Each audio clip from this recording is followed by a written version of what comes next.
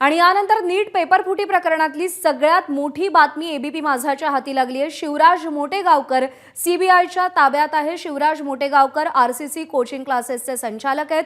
लातूर पुण्यातल्या चौकशीनंतर मोटेगावकर सीबीआयच्या ताब्यात आहे। सीबीआयने शिवराज मोटेगावकरला ताब्यात घेतले। आरसीसी कोचिंग क्लासेसचे ते संचालक आहेत आणि त्यांना ताब्यात घेण्यात आलेला आहे। नीट पेपरफुटी प्रकरणात त्यांचा हात असल्याचं देखील समोर आलेलं आहे। मंदार गोंजारी आपले प्रतिनिधी आपल्याला अपडेट देतील। मंदार, शिवराज मोटेगावकर यांचं काय कनेक्शन नीट पेपरफुटी प्रकरणात आणि आता पुढे काय कारवाई होतीये? शिवराज मोटेगावकर हे सीबीआयच्या ताब्यामध्ये आहेत। सीबीआय कडून खरं तर मागील 3 दिवसांपासून त्यांची चौकशी केली जाते आहे।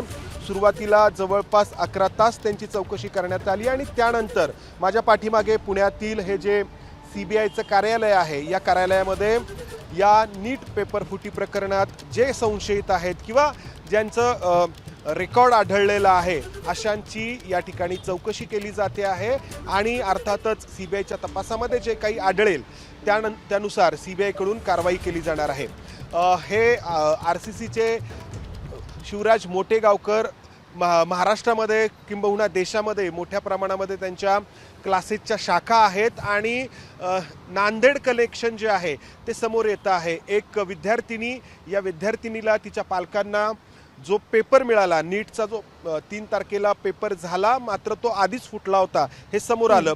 तर हा पेपर शिवराज मोटेगावकर यांची जी आरसीसी नावाची क्लास आहे किंवा शिकवणीची जी संस्था आहे या संस्थेकडून मिळालेला होता का, हा सीबीआयच्या तपासाचा आत्ता भाग आहे आणि या अनुषंगाने सीबीआय तपास करत आहे।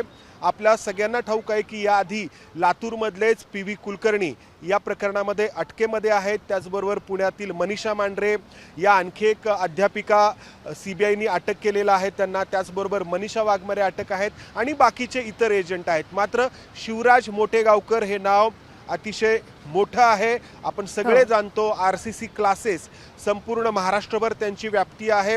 काही कोटींमध्ये, काही 100 कोटींमध्ये म्हटलं तरी चालेल या संस्थेचा टर्नओव्हर आहे, व्याप्ती आहे इतकी मोठी। आणि या अशा शिक्षण संस्थेच्या संचालकांना सीबीआयनी ताब्यात घेतलंय, त्यांच्याकडे चौकशी केली जाते आहे।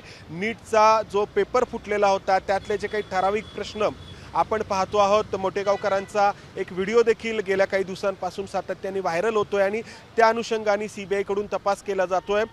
3 दिवसांपूर्वी जी मोटेगावकरांची अनेक तास चौकशी झालेली होती त्यामध्ये त्यांच्या कार्यालयातील कॉम्प्युटर असेल किंवा इतर डेटा असेल तो सीबीआयने तपासासाठी स्वतःकडे घेतलेला होता आणि आता त्यानंतर त्याच डेटाच्या आधारे सीबीआय कडून पुढची कारवाई किंवा पुढचा तपास केला जातो आहे। माझ्या पाठीमागे जे सीबीआयचं पुण्यातील कार्यालय आहे विश्रांतवाडी भागातील, या कार्यालयामध्ये मोठ्या प्रमाणामध्ये घडामोडी घडताना दिसत आहेत आणि आज दिवसभर आपण याबद्दलच्या महत्त्वाच्या घडामोडी आणखी या कार्यालयातून घडताना पाहणार आहोत। कारण हा जो तपास आहे तो त्याची व्याप्ती आहे ती वाढताना दिसते आहे।